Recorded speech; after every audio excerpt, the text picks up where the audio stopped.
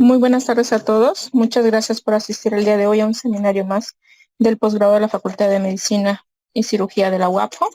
Hoy tenemos el gusto de poder contar con la participación del doctor Henry.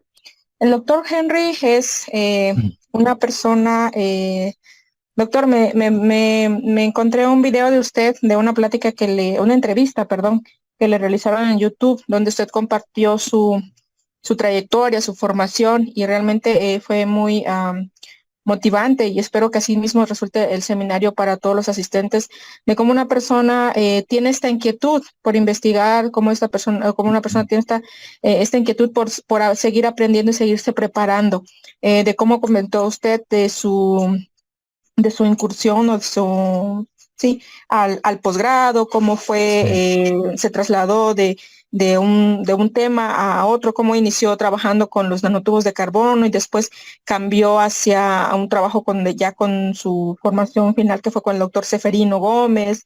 Fue bastante, creo yo, es una charla motivante la entrevista que le realizaron esa vez.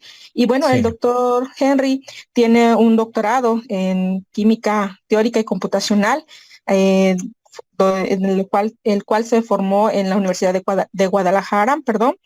Ha sido profesor de física, de matemáticas en Colima, tanto en universidades públicas como en universidades privadas.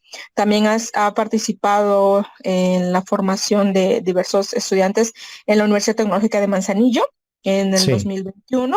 Actualmente realiza una estancia postdoctoral en la Universidad de Colima, y bueno, nos va a compartir acerca de uno de sus líneas de investigación, de sus proyectos que está realizando. Muchas gracias, doctor, por aceptar la invitación, y bueno, bienvenido a este seminario virtual, y esperemos que Sí. sea tan motivante como la charla que tuve oportunidad de escuchar de usted. Muchas gracias, doctor. Gracias a usted, doctora.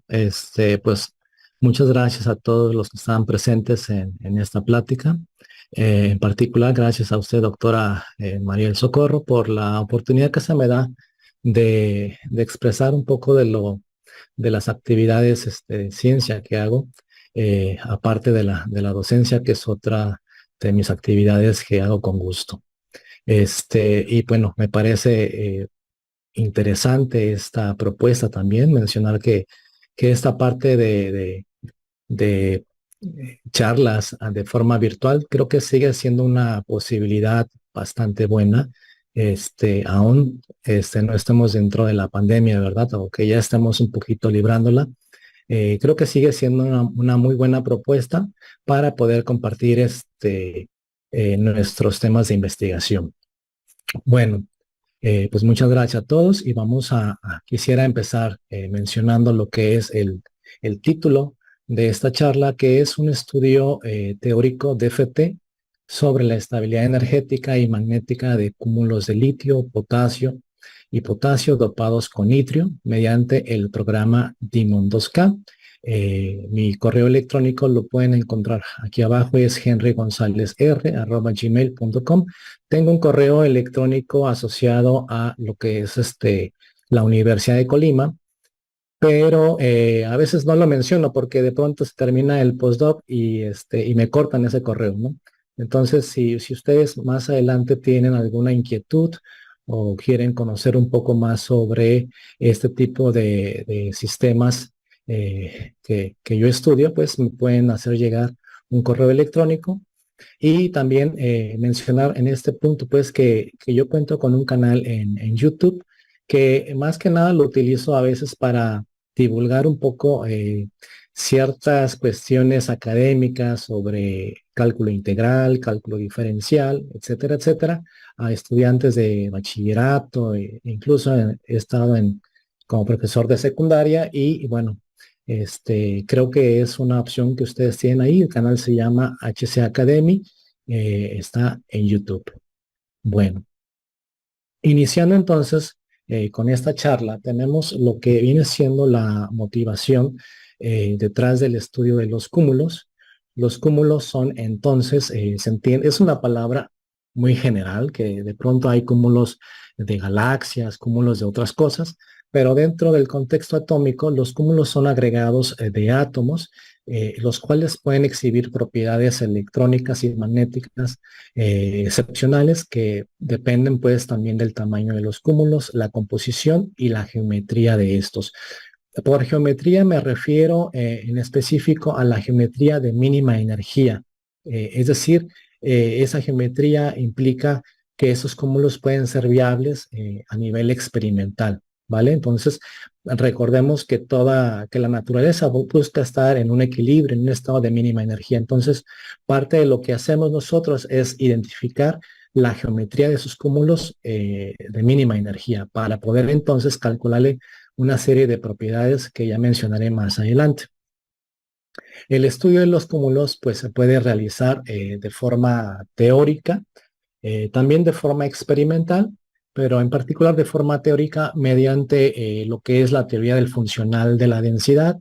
Hay quienes lo mencionan como teoría de funcionales de la densidad porque realmente dentro del contexto de la DFT hablamos de funcionales y por sus siglas en inglés pues es DFT, de Density Functional Theory, donde se tiene que resolver de forma iterativa ecuaciones, unas ecuaciones que se conocen como ecuaciones de Kohn-Sham, de forma autoconsistente. Esto es el famoso SCF. Esto es algo que hay que estar monitoreando, cómo va la convergencia dentro de los cálculos. Entonces, una vez que se alcanza un cierto criterio de convergencia, el cálculo termina y arroja el resultado de la energía total del sistema y a partir de ahí nosotros podemos, mediante ciertas fórmulas, obtener diversos observables como la energía de ionización, las afinidades electrónicas, etcétera, etcétera. Entonces, a grandes rasgos, estas son las ecuaciones de la DFT. Podemos observar este primer término que es un operador laplaciano que tiene que ver con la energía cinética, con el cálculo de la energía cinética de los electrones, un potencial V que tiene que ver con la interacción entre los electrones y los núcleos del sistema, más un potencial que tiene que ver con la interacción entre los electrones. Por eso aparece una R y una R', donde una coordenada R es asociada a un electrón y una R' a otro electrón. Entonces, con este término central culómbico podemos contabilizar la energía culómbica entre los electrones. Después de esto aparece un término que es muy esencial y característico de lo que es la teoría DFT, que es el potencial de intercambio y correlación, ¿vale? El funcional de intercambio y correlación. Eh, Todo esto es multiplicado por una función de onda de un orbital y esto nos da como resultado la energía del orbital multiplicada por la función de onda. En esencia, esta es una ecuación de eigenvalores, ¿vale?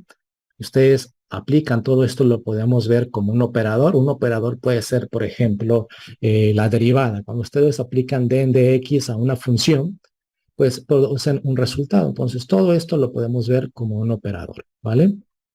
Entonces, aquí lo que quiero enfatizar con esta fórmula es que dentro de DFT se manejan algunos conceptos, como es el funcional de intercambio y correlación y la base a utilizar. Para diferentes sistemas hay veces que un funcional puede funcionar para diferentes sistemas, para diferentes moléculas, al igual que en una misma base, pero a veces existen ciertas bases y ciertos funcionales que dan mejores resultados para ciertos observables. Entonces, esto es simplemente la parte inicial de las ecuaciones de la DFT. Posteriormente hay que hacer el sándwich con el BRA, o una función complejo conjugado por el lado izquierdo, y hacer una serie de manipulaciones algebraicas que no es otra cosa más que cálculo integral y álgebra lineal. O sea, realmente son matemáticas que a veces las aprende uno en los primeros semestres de licenciatura y el cálculo desde lo que es bachillerato, ¿vale? Estas funciones orbitales, estas sí funciones de onda orbitales, se expanden como una combinación lineal de funciones atómicas phi, Es decir, los orbitales moleculares que ustedes observan en algunos diagramas, en algunos sistemas moleculares, resultan de una combinación de la densidad de los orbitales atómicos. Entonces, estas funciones sí se expanden en los orbitales atómicos y posteriormente esos orbitales atómicos se suelen expandir como una combinación lineal de funciones gaussianas. Una función gaussiana no es más que una exponencial e a la menos alfa r al cuadrado.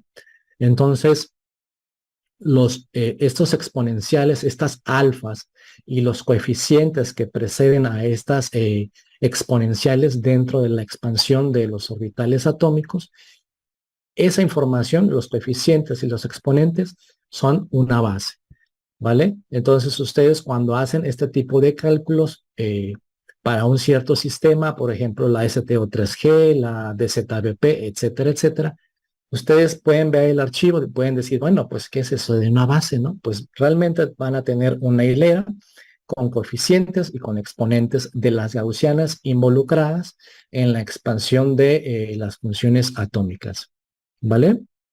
No sé si hasta aquí queda más o menos claro, si hay alguna duda y si me estoy escuchando bien porque el micrófono lo tengo aquí muy cerquita. ¿Se escucha bien, doctor? ¿Todo bien? Ok. Sí, todo bien. En particular, no sé qué tan familiarizados estén con este asunto de la ecuación de Schrödinger, pero cuando estamos hablando de la ecuación de Schrödinger, esta se resuelve de forma analítica para un átomo y un electrón, para el átomo de hidrógeno, ¿vale? Existen después ciertas aproximaciones, como teoría de perturbaciones, etcétera, etcétera, para tratar el átomo de átomos hidrogenoides o el átomo de helio. Y más allá de sistemas con dos electrones, pues ya no hay una solución analítica, es decir, no hay una fórmula que yo la puedo agarrar que viene siendo la función de onda del sistema, que es lo que se encuentra después de resolver la ecuación de Schrödinger y hacer un montón de operaciones. Entonces, para estudiar sistemas grandes como las moléculas o los clústeres, los cúmulos que voy a platicarles, pues se recurren a ciertas aproximaciones, entre ellas Hartree-Fock y DFT, ¿ok? Entonces la DFT realmente es una aproximación y de hecho hay otra aproximación que se hace, que es considerar que los núcleos del sistema están congelados. Es decir, los electrones se mueven en un campo de cargas nucleares fijas cuya energía cinética es cero. Por eso ustedes no ven un operador asociado a la energía de los núcleos. Posteriormente se puede reincorporar, se separa, se obtiene una ecuación, un hamiltoniano electrónico y uno nuclear, etcétera, etcétera. Pero estos resultados realmente la DFT se desarrolla considerando esta idea de que los núcleos están fijos a lo que se conoce como la aproximación Bohr-Oppenheimer, ¿sí? El mismo Oppenheimer que aparece ahí en la película que algunos de nosotros vimos recientemente. Él tuvo que ver un poquito con esto. En sus inicios hacía ese tipo de cosas. Programas, pues afortunadamente todo esto ya está codificado en ciertos programas, en software, como lo puede ser Gaussian, que es un programa de paga. Hay que pagar alrededor de unos $2,000 por una licencia y que después hay que renovarla.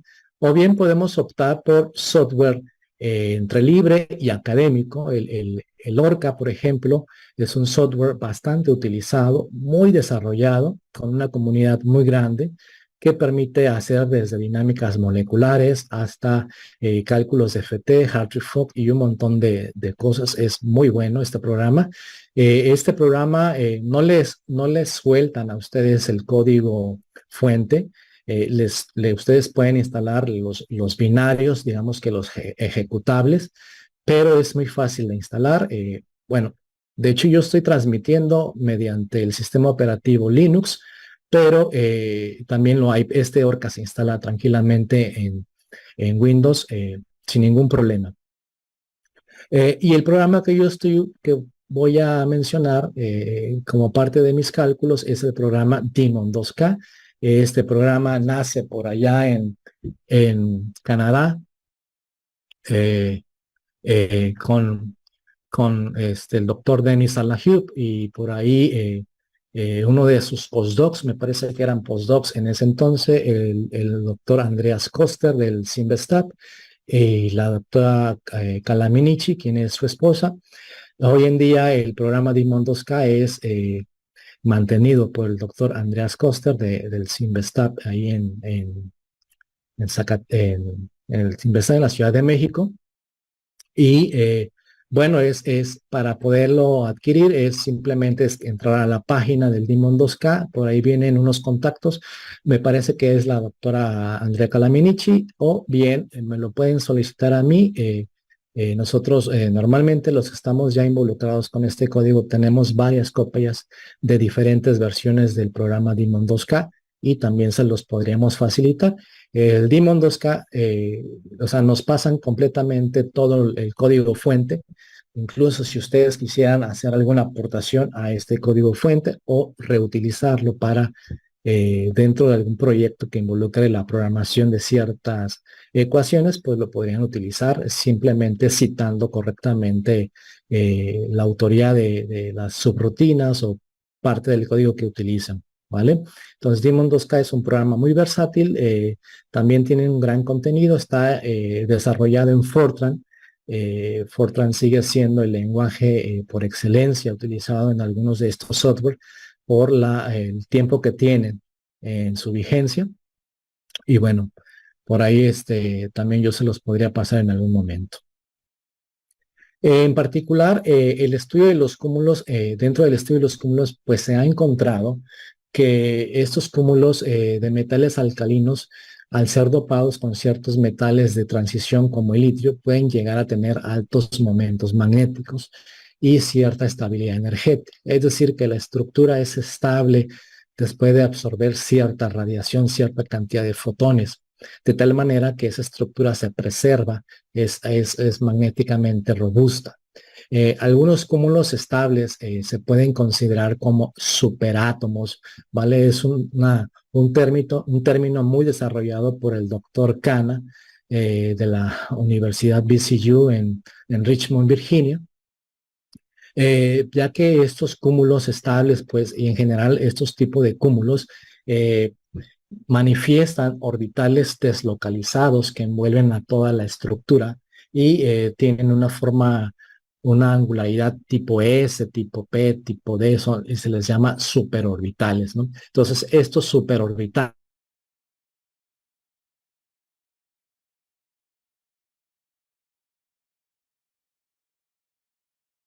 Ok, mencionaba lo de la tabla periódica, esto de los Aquí, superátomos, ¿verdad? sí, Ok, entonces le seguimos. Eh, a ver, déjenme mover esto para acá. Listo. Ok, bueno, y bueno, el doctor Khanna tiene un poco más en su página, que está aquí, aparece el enlace, tiene un poco más de información. La verdad es que es un área bastante explorada, esto de los cúmulos atómicos, por las propiedades que se les pueden encontrar. Y si ustedes quieren un poco de información, pues podrían entrar a esta página y encontrar ahí datos al respecto. A ver, déjenme lo pongo así. Entonces, también como parte de mi motivación detrás de los cálculos que estoy haciendo, pues tiene que ver con un trabajo que hice por allá en el 2013, donde hicimos un estudio de FT en Dimon 2K en metales, en cúmulos de metales alcalinos, sodio, potasio, rubio y cesio, dopados con itrio, de esta forma, variando N de 9 a 13, es decir, de 9 a 13 átomos alcalinos. Y se encontró en particular que el cúmulo YK12 presenta un momento magnético alto de 5 magnetones de Bohr. Esta cantidad tiene que ver con el número de electrones desapareados. Entonces, cada electrón contribuye con un magnetón de Bohr Entonces aquí tenemos 5 magnetones de Bohr en este cúmulo. Si ven también el caso del rubidio, de los cúmulos de itrio con rubidio y de itrio con cesio, tienen ese momento magnético, pero dentro del estudio aplicamos una serie de formulitas que indicaron que este cúmulo era todavía más estable que los de rubidio y que el de cesio, ¿vale? Ahora, estas estructuras que ustedes ven aquí, pues son resultado de un cálculo fuerte. Primeramente, se obtienen estructuras de partida a nivel de un algoritmo genético llamado GEGA, dado a conocer por la doctora Alexandrova, por allá en el 2004. Este código GEGA está conectado con el programa Gaussian. De alguna manera, para estos cálculos con GEGA, pues necesitábamos Gaussian. Ahorita hay otros programas que funcionan con otros códigos para obtener estructuras de partida que funcionan con programas de acceso libre, pero GEGA está vinculado con Gaussian. Entonces, se manda para cada cúmulo, se manda un cálculo y se generan alrededor de unas 80 conformaciones, ¿vale? Entonces, de esas 80 conformaciones, por ejemplo, para el YN, el cúmulo con 9 sodios y un itrio, se manda ese cálculo con GEGA, se obtienen esas 80 conformaciones y después se tuvieron que elegir 3 de menor energía. Después de esas 3 de menor energía, se utilizan sus coordenadas y se hace un cálculo con el programa Demon 2K. Y según el cálculo, pues agarramos las coordenadas que nos dio la menor energía del cálculo y posteriormente, dentro del mismo cálculo con Demon, consideramos diferentes multiplicidades. Entonces, por ejemplo, para cúmulos con una multiplicidad impar, pues se consideró las multiplicidades 1, 3 y 5, incluso a veces llegamos hasta la 7 para de alguna manera analizar este efecto de la multiplicidad. Y por eso ustedes pueden ver que hay cúmulos con multiplicidades. Aquí en la multiplicidad son estos numeritos que aparecen aquí en las leyendas de los cúmulos, ¿no? Este superíndice. Entonces, por eso es que hay cúmulos con multiplicidad 1, 5, 6, porque resultó que esas fueron las estructuras y esa fue la multiplicidad de esa estructura que minimiza la energía de este cúmulo. Entonces, ese trabajo se publicó allá en el 2014, más o menos, 2013-2014. Y parte del trabajo, pues aquí se muestra una tabla con el análisis que hizo de las energías de atomización. La energía de atomización es esta fórmula. Básicamente es la energía que se requiere para fragmentar el cúmulo en sus constituyentes. Y otro parámetro que utilizamos es la energía de ganancia. Es decir, ¿qué pasa si a un cúmulo con N-1 metales alcalinos le agregamos otro metal alcalino? De hecho, son otras 3 o 4 formulitas más que no las estoy mencionando aquí, pero eso nos lleva a determinar cuáles cúmulos son los más estables y cuál puede ser un posible superátomo.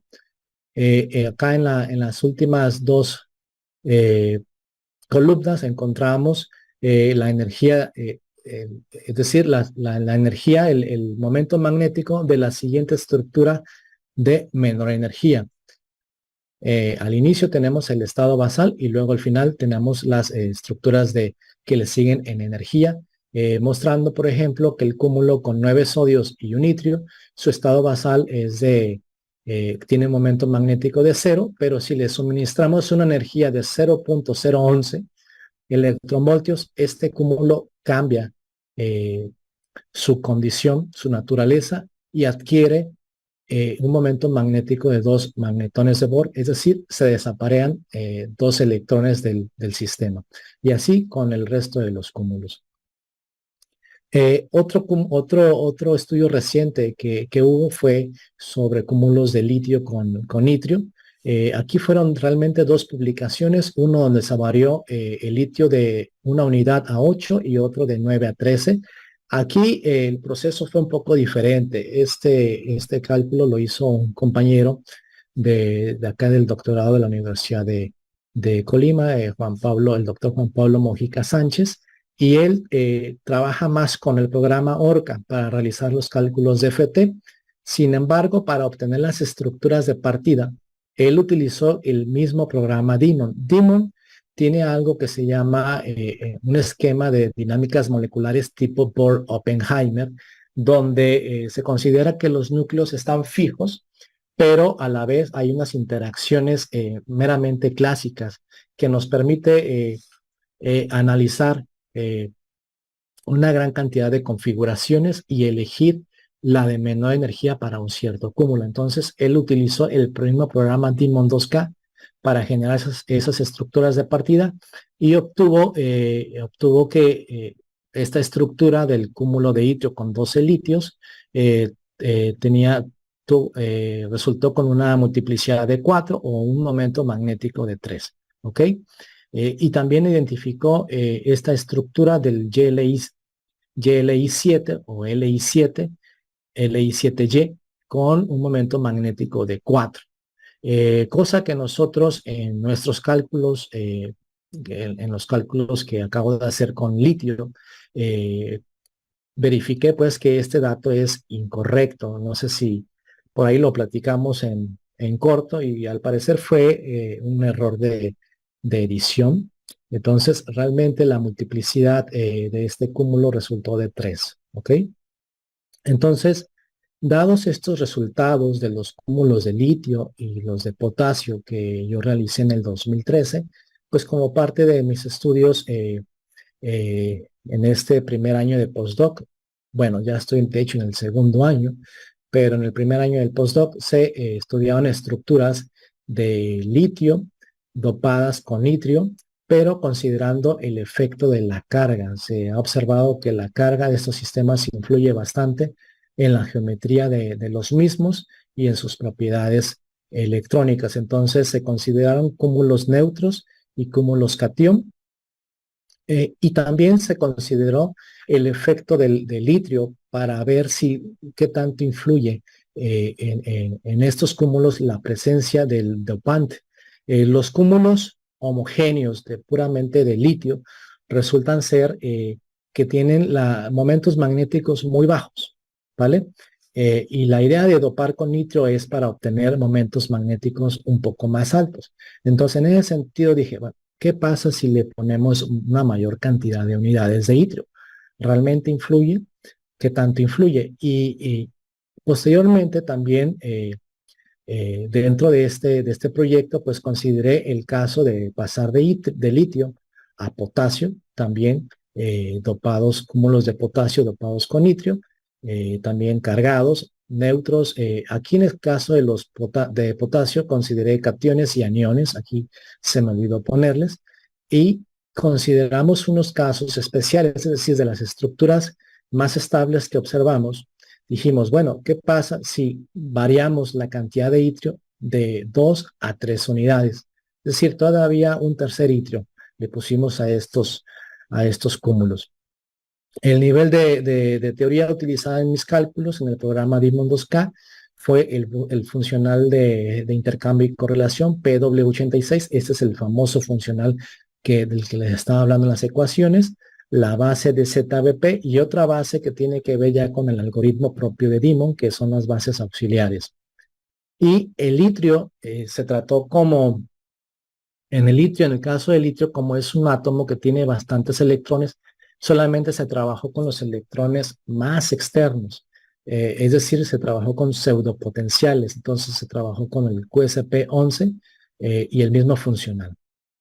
Pero las estructuras de partida para los cálculos en Demon, esta vez yo no utilicé Gega ni utilicé el esquema que empleó el doctor Juan Pablo para los cúmulos de litio, que fue el de dinámicas moleculares tipo Bohr-Oppenheimer, sino que utilicé otro código que es como una mezcla entre un algoritmo genético pero todavía mejorado, ¿no? Básicamente, así en pocas palabras. Este código automatón ustedes lo pueden conseguir, está en línea. Ustedes lo pueden descargar y es un input bastante chiquito. Ustedes especifican la composición de la molécula y le dicen cuántas conformaciones quieren de cada estructura. Sin embargo, Automaton también está vinculado al programa Gaussian. Actualmente hay algunas versiones por ahí que se están haciendo donde el programa esté vinculado mejor al programa Orca para realizar los cálculos de las energías de estas estructuras, pero es algo que está en proceso, ¿vale? Entonces, con esto en mente, genero las estructuras de partida y estas son algunos de mis resultados en los cúmulos de litio. Ustedes pueden ver que las estructuras evolucionan hacia una estructura tipo icosaédrica con 12 litios. Posteriormente, podemos una estructura con dos átomos de itrio, que también es de tipo icosaédrica. Sin embargo, al pasar de 17 a una mayor cantidad de litios, las estructuras parecen ser poliedros fusionados, ¿vale? De alguna manera hay una parte que es una especie de tipo morfología tipo icosaedro, pero después pareciera que tener, por ejemplo, en este cúmulo, el GLI22, pareciera que tiene incrustado otro cumulito ahí. Sin embargo, pues esto es lo que nos dice la naturaleza, esto es lo que nos dice los cálculos, ¿no? Por supuesto, estos cálculos están en fase gas. Estos resultados pueden variar si, por ejemplo, estos cúmulos están sometidos a un cierto solvente o la presencia de campos eléctricos, etcétera, etcétera, ¿vale? Y también tenemos estos resultados de la variación del momento magnético y estas gráficas que ustedes ven aquí, estos cúmulos con estas densidades en verde, estas densidades en verde se le conoce como densidades de spin, es decir, nos dice de qué manera contribuye, o más bien, por ejemplo, en este cúmulo, qué átomos contribuyen al magnetismo del mismo.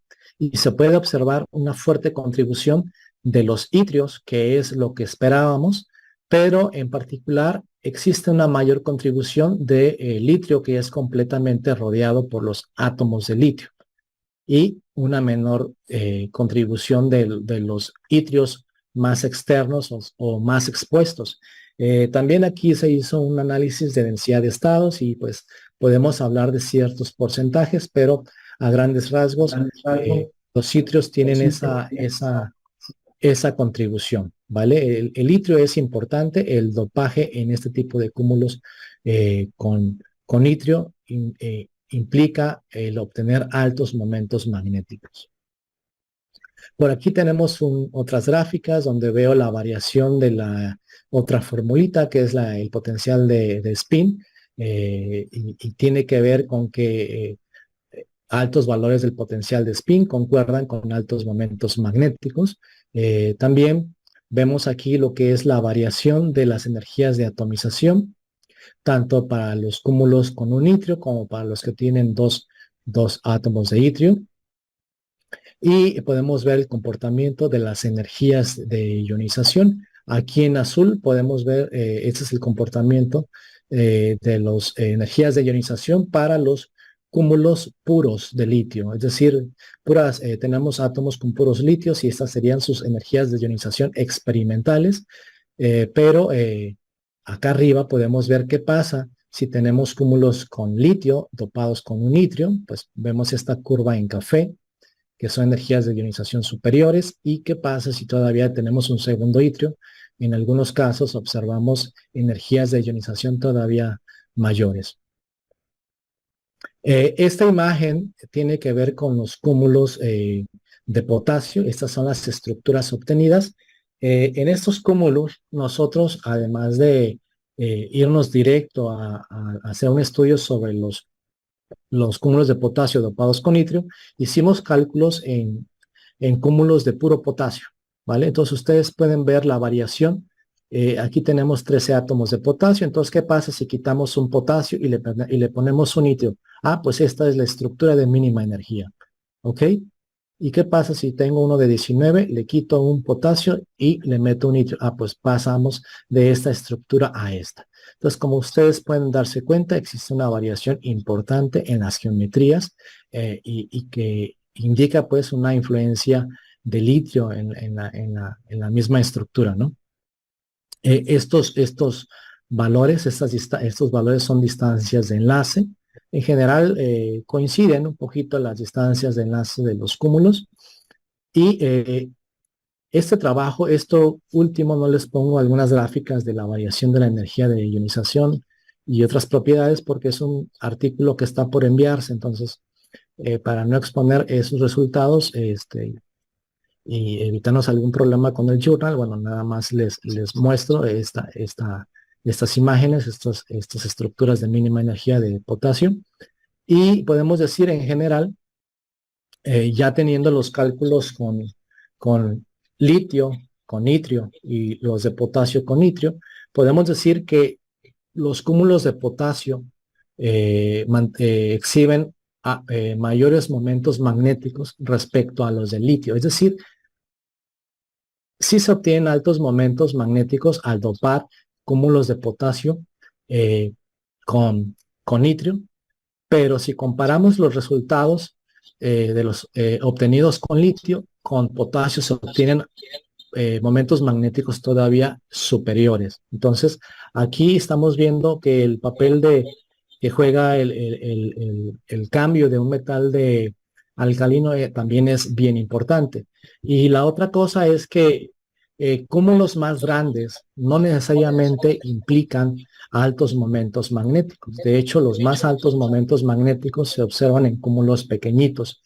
Esto es interesante porque muchas de estas estructuras resultan ser magnéticas a escalas muy pequeñitas de unos cuantos átomos. Sin embargo, parte de lo que nos llama la atención de esos estudios es ver la evolución del magnetismo hasta llegar a una escala de algunos cuantos cientos de átomos, que para eso yo creo que hay que seguir esforzándonos en mejorar nuestras infraestructuras, nuestros cálculos computacionales, porque se requiere son muy costosos computacionalmente, ¿no? Entonces, para llegar a analizar cúmulos cada vez más grandes, pues sí requerimos de buenas supercomputadoras, etcétera, etcétera. En particular, tanto los cúmulos de potasio como los de litio se han estado, estos cálculos de DFT se han estado realizando en la supercomputadora Leo Atrox de CATS de la Universidad de Guadalajara, que nos han facilitado pues el acceder al clúster. Y bueno, hasta aquí sería por mi parte eh, todo lo que tiene que ver con cúmulos. Quisiera, no sé si todavía tengo tiempo, hablarles sobre una posible extensión teórica de estos resultados o usted me indica, doctora María. Claro que hay tiempo, doctor, adelante. ¿Sí? Ok. Claro, déjeme salgo ya. Bueno, aquí no sé si tengan alguna duda antes de pasar a lo siguiente, alguna observación, algún comentario. Si tienen alguna pregunta, pueden escribir en el chat y podemos darle lectura. Ok. Hola, Ok. buenas tardes. Sí, Tenía nada buenas. más una pregunta sobre el operador inicial. Es que no creo que no entendí bien el B sub S, porque por lo que tengo entendido, pues tiene que ser un operador de energía, ¿no?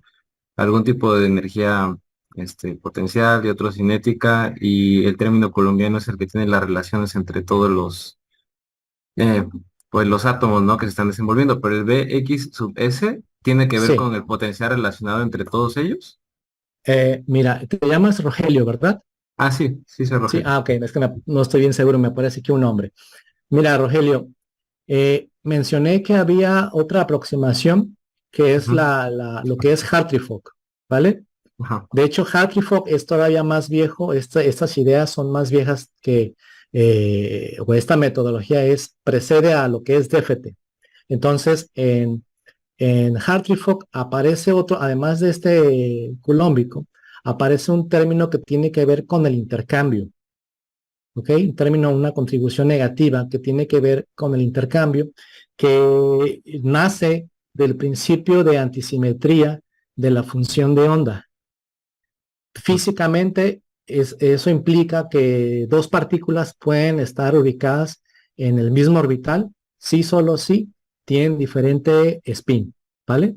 Ajá. Entonces, hay otro término que aquí aparece en Hartree-Fock. Y, sin embargo, otra contribución importante es la energía de correlación. Es decir, tú tienes un electrón aquí, pero ¿qué pasa? Como los electrones se repelen entre sí, cuando hay un electrón en una vecindad próxima a otro electrón, este tiene una interacción con este, ¿cierto? Sí. Entonces cambia completamente la configuración electrónica en el sistema. De ese fenómeno podemos decir, podemos hablar de una contribución de energía de correlación. Ya, es un tipo de energía potencial, o sea, ya Es un entendí tipo por de qué energía, sale, pero, son energías ok. potenciales, exacto. Y supongo que el Rho es porque es, como dijo, ¿no? Una coordenada arbitraria puede ser cilíndrica, esférica o lo que convenga más de acuerdo al, o El no. Rho tiene que ver con la naturaleza de la DFT, Ujú. en el que la densidad electrónica se trabaja en DFT con lo que es la densidad electrónica del sistema. Ok. Por ahí hay unos teoremas de Hohenry-Kohn que preceden al desarrollo de Kohn-Sham, que son cuestiones matemáticas donde se argumenta que conocer la densidad del sistema es suficiente o sea, la densidad del sistema se ve afectada debido a la dinámica misma de las partículas que lo involucran, ¿vale? Es como una Entonces, especie de acción en general. sí, Sí, se ¿no? habla de un funcional. Sí, Entonces, ajá. entonces estas cantidades, esta contribución potencial es un funcional de la densidad electrónica del sistema, Ya, que ya, tiene que me ver, queda más claro. en particular, esto tiene ambas partes, lo que es el intercambio, que sí aparece en Hartree-Fock de forma Ujú. natural en las ecuaciones, por el principio de antisimetría, pero además le meten lo que es la correlación, y esto es muy característico de la DFT. Entonces, actualmente existe una línea de investigación detrás de estos funcionales. Ya, ya, Hay ya. Ujú. ideas, por ejemplo, donde se menciona de un funcional universal, un funcional que funcione Ujú. para todos los sistemas, Sería lo ideal, pero ¿no? es Pero algo pues, meramente ajá, hipotético, sí, sí, obvio. ¿sí? Se sigue trabajando en funcionales específicos para que ciertos sistemas escriban bien cierta cantidad, etcétera, etcétera. ¿Vale?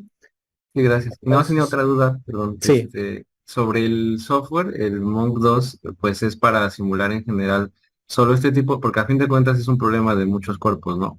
sí. Este, es exclusivo para este tipo de arreglos o se podría usar, digo, en otro tipo de áreas de la física como cúmulos de galaxias o cosas así, porque a fin de cuentas a nivel computacional son cosas parecidas, ¿no?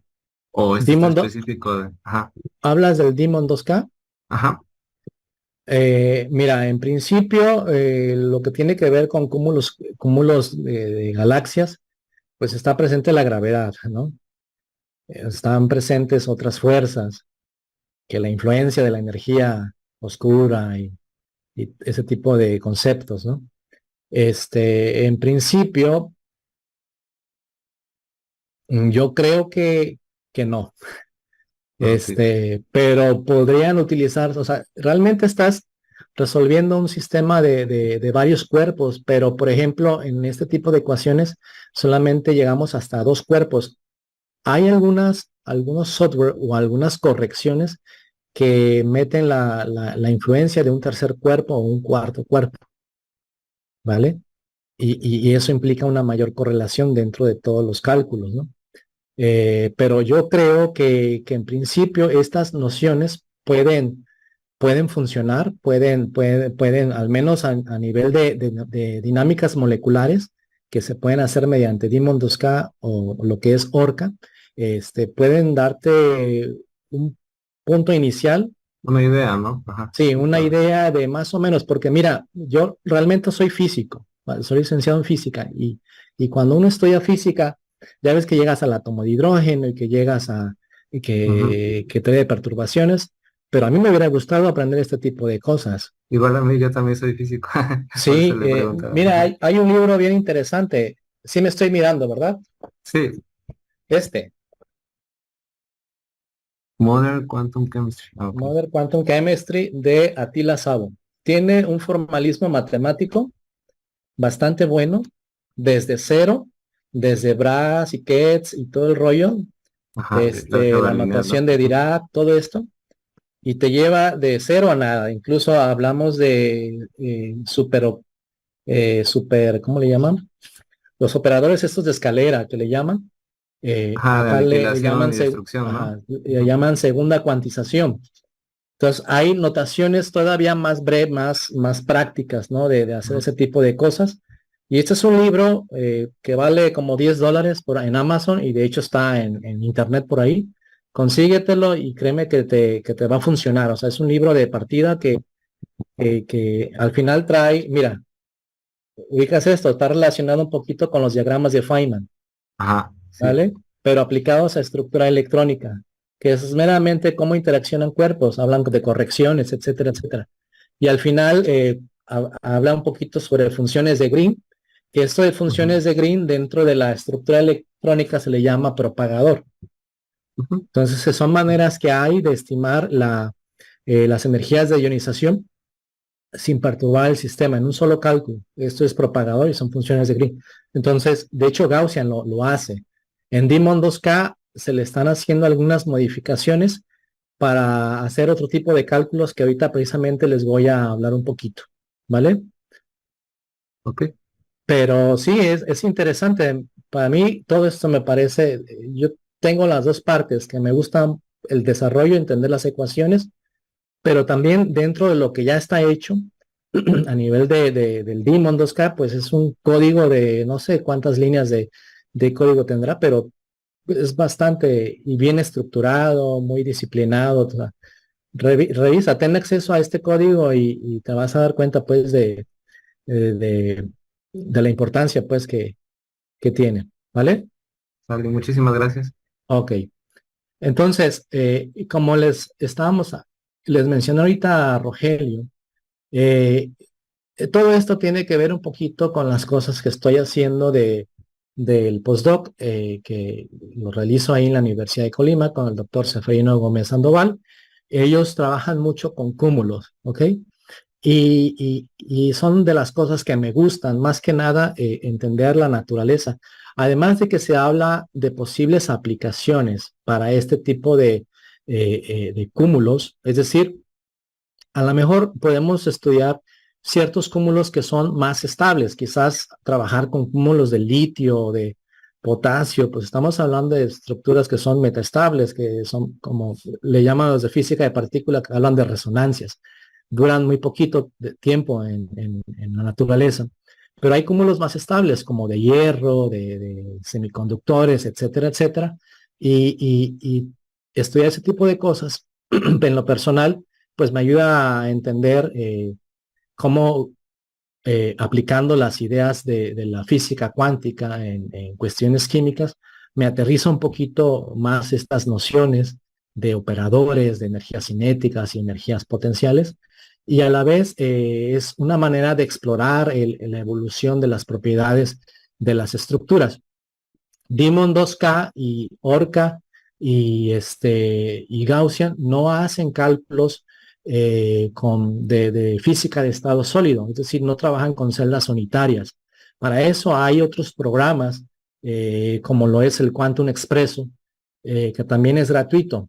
Entonces, Quantum Expresso es un programa que ustedes arman ahí su celdita y pueden utilizar eh, analizar cuestiones más pues del estado sólido, ¿no? Ahorita se me olvida un término que lo quería mencionar, pero este bajen ustedes ahí, chequen ese programa, Quantum Expresso, y hay otros, pues, Quantum Expresso de hecho trabaja con ondas planas. Entonces es otra formulación un poquito distinta a la de estos programas como el Demon 2K que trabajan con gaussianas. Lo siguiente que quiero mencionar en breve, pues, es sobre una posible extensión teórica a estos resultados y más que a nivel de los cálculos, pues, a nivel de código. Es decir, eh, esto, ¿no? Esto que ustedes están viendo aquí en pantalla, pues nos indica que los núcleos de los átomos no son objetos eh, puntuales, sino que son objetos extendidos y algunos de estos núcleos tienen ciertas deformaciones. Cuando nosotros vamos a elementos muy pesados, estos núcleos se ven como sandías, como aceitunas, y eso implica que la distribución de carga positiva de estos núcleos no necesariamente es homogénea, sino que está variando un poco ligeramente durante el tiempo. ¿Ok? Los cálculos que les he estado mencionando, esto del Demon 2K y los otros programas, consideran que estos núcleos son puntuales, son cargas puntuales y funcionan porque la química sucede a nivel de los electrones de valencia. Entonces, a nivel de los electrones de valencia, el núcleo es un objeto puntual. Entonces, no se ve tanta afectación. Pero, ¿qué pasa si nosotros queremos trabajar con isótopos? ¿Qué pasa si podemos ponerle a esos cúmulos de litio o de potasio, intercambiar algunos litios por algunos respectivos isótopos? ¿Qué pasa con las propiedades, con los observables? ¿No? Sería interesante. Al respecto, hay un software que es Dalton y me parece que hay otro que se me va ahorita, pero tienen subrutinas en las que introducen efectos de un núcleo extendido. Entonces, esta primera diapositiva nos indica que existe que los núcleos no son objetos puntuales, sino son objetos extendidos. Y en particular, esto que estoy mencionando aquí tiene que ver con lo que yo hice durante mi doctorado con el doctor Roberto Flores Moreno del CUSEI de la Universidad de Guadalajara. Eh, eh, Durante este tiempo, nosotros trabajamos con un esquema que se llama APMO, de Any Particle Molecular Orbital molecular para cualquier tipo de partícula. Y está implementado en lo que es Loading. Loading es un código de unos colombianos de la Universidad Nacional de Colombia, con el doctor Andrés Reyes y sus colaboradores.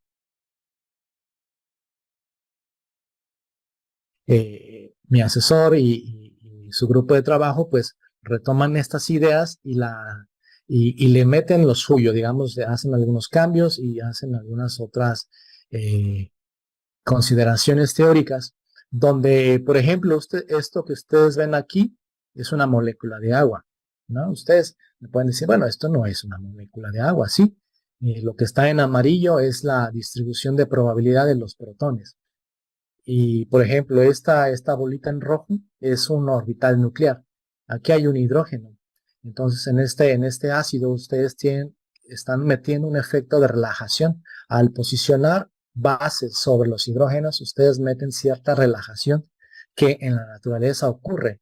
Realmente las moléculas nosotros dibujamos el átomo de la molécula de agua con el oxígeno y los dos hidrógenos fijos, pero esos hidrógenos están vibrando. ¿Vale? Entonces tienen cierta flexibilidad. Y esto también entra dentro de lo que se conoce como una extensión a la aproximación Bohr-Oppenheimer, donde no solamente se trabaja con electrones y con núcleos fijos, sino que también es posible trabajar con otras distribuciones de probabilidad, ¿vale?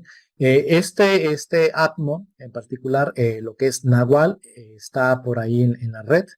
Ustedes le ponen así y aparece en el tercer enlace, algo así, y ustedes lo pueden descargar, también es de código libre, ustedes lo pueden modificar, lo pueden analizar, etcétera, etcétera. Existen entonces algunos indicios de meter este efecto de núcleo extendido, ¿vale? Hasta este momento con ATMO no se hacía eso, simplemente consideramos otras partículas con su distribución de probabilidad y esos indicios de núcleo extendido lo da a conocer Dirk Fischer y Dial con este código del programa Dalton, y ellos observan que al pasar de un núcleo puntual a un núcleo a un núcleo extendido, ellos utilizan diferentes modelos para dar a conocer ese núcleo extendido en los cálculos. El modelo de una esfera uniforme, el modelo gaussiano, etcétera, etcétera. Aquí ustedes pueden ver lo que es el modelo de la distribución de carga esférica, donde nos dice que fuera del núcleo hay una interacción culombica entre los electrones y el núcleo para un R mayor que R0, donde R0 es el radio nuclear, pero dentro del núcleo hay una pequeña superposición de la densidad electrónica nuclear y esta interacción es diferente, se comporta de esta manera.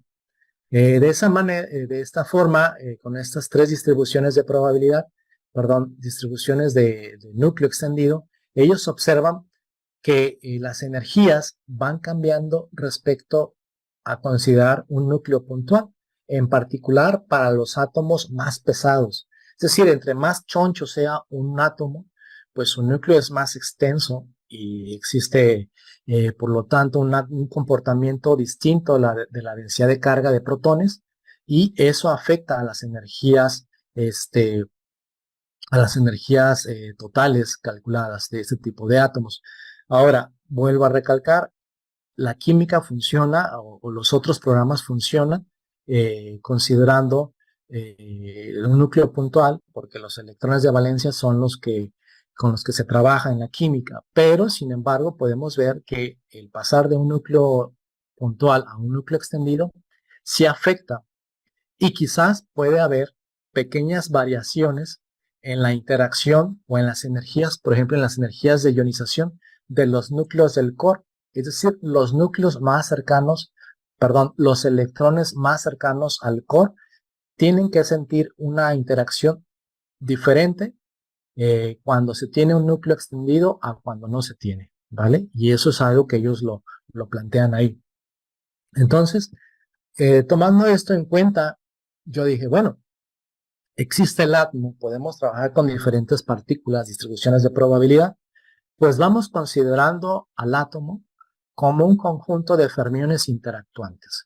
¿Qué son fermiones? Pues tienen un spin definido, ¿no? Obedecen la estadística de principio de exclusión de Pauli.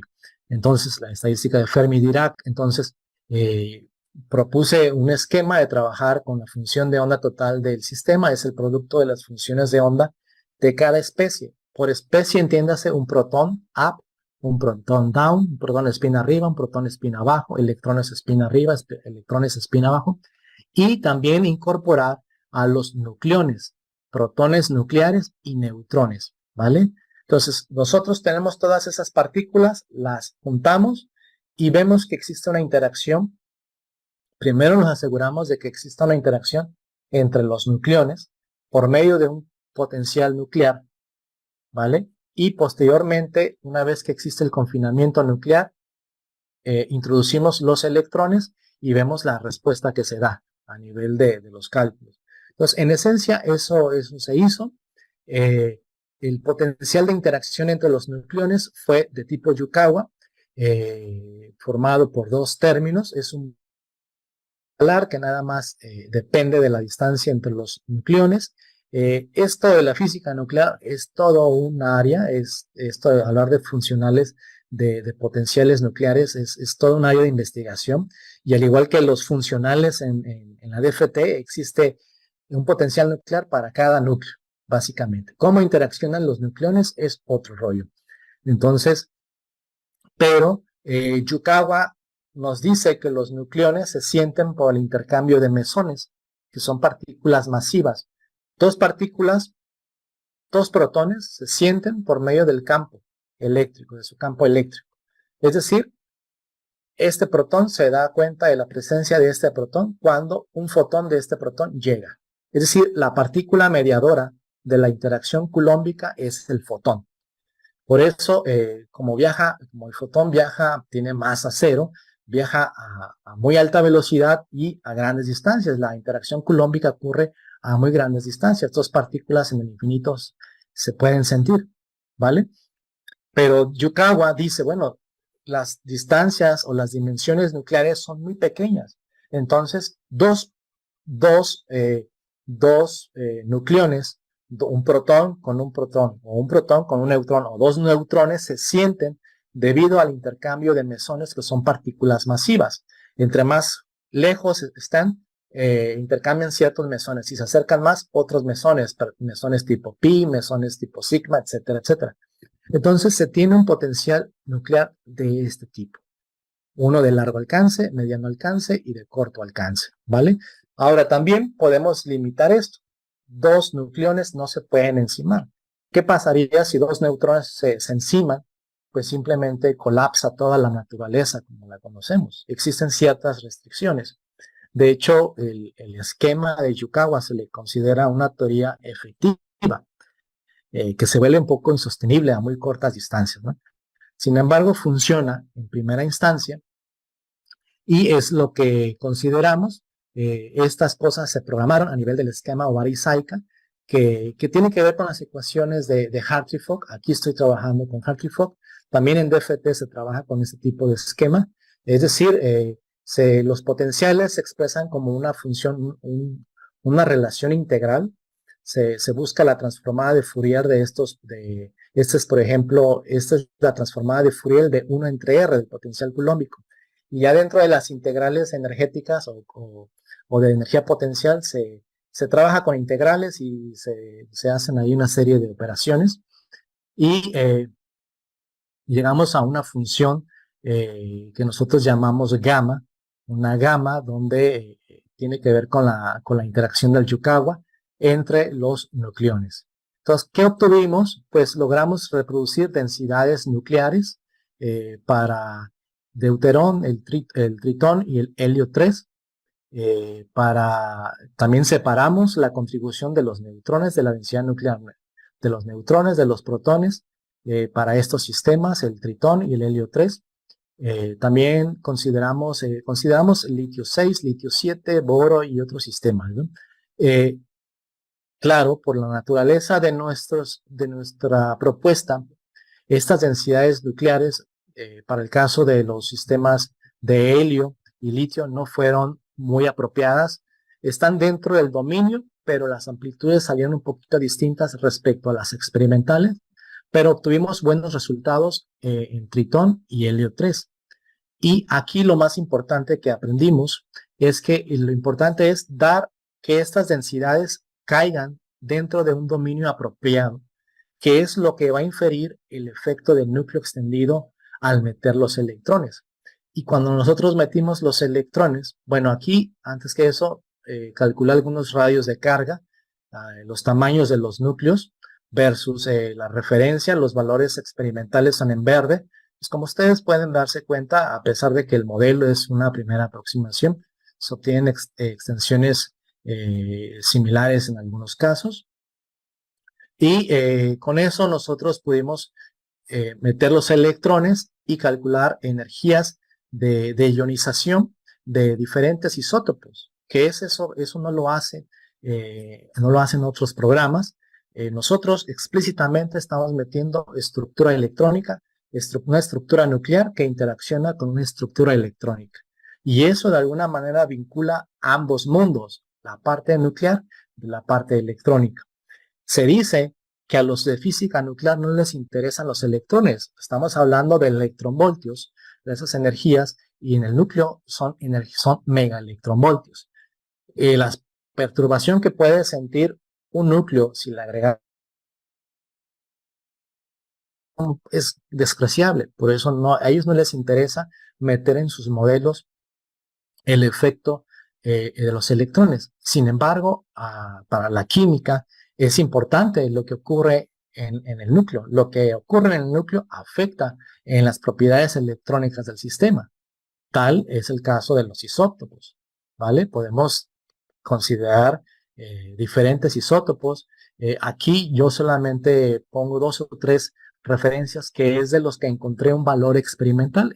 Esa es la otra cosa, que Este tipo de cosas las tenemos que comparar con los resultados experimentales y de pronto no hay mucha información a nivel de isótopos, sobre todo de energías de ionización y otras observables.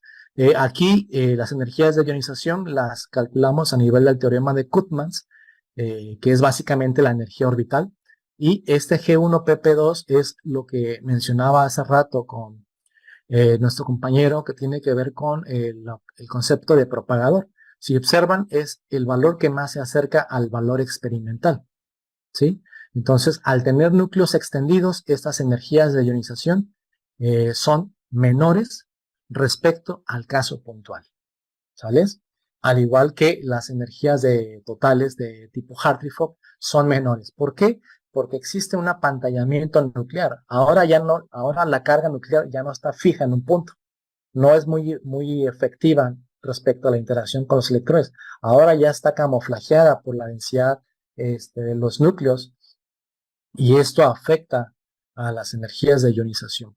Entonces, ya finalizando con esta parte, este esquema de AFS, de sistema fermiónico atómico, se puede extender a otros átomos, permite en general trabajar con diferentes isótopos y actualmente entre lo que estoy trabajando con cúmulos del postdoc, pues estoy tratando de hacer una extensión a nivel de código y a nivel teórico a considerar cálculos en moléculas, que es el paso, por ejemplo, hacer un cálculo DFT o Hartree-Fock de una molécula donde quitamos los hidrógenos y metemos deuterio, ¿no? Cambian las propiedades químicas, son las mismas, son diferentes, etcétera, etcétera. Bueno, pues sería todo. Muchas gracias. Porque ya va a acabar mi necesidad.